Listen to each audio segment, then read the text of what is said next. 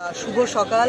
আপনারা যারা মিডিয়ার ভাইয়েরা একদম মাঠে নেমে তৎপর হয়ে যারা আমাদের মাঝখানে আছেন, আপনাদেরকে অনেক অনেক আমার অভিনন্দন, শুভেচ্ছা রইল এবং ত্রিপুরা প্রদেশ মহিলা মোর্চার তরফ থেকেও আপনাদেরকে অনেক শুভেচ্ছা এবং ত্রিপুরা রাজ্যের প্রত্যেকটি জনগণের প্রতি আমার নমন থাকবে, শ্রদ্ধা থাকবে।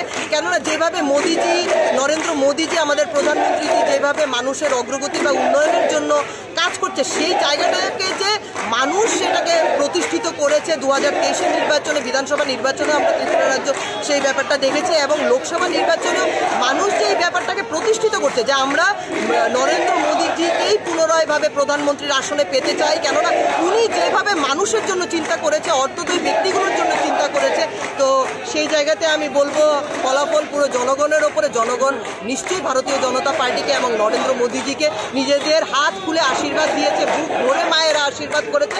আবারও আমরা পুনরায় প্রধানমন্ত্রীকে আমরা সেই আসনে, প্রধানমন্ত্রীর আসনে পেতে চলছি।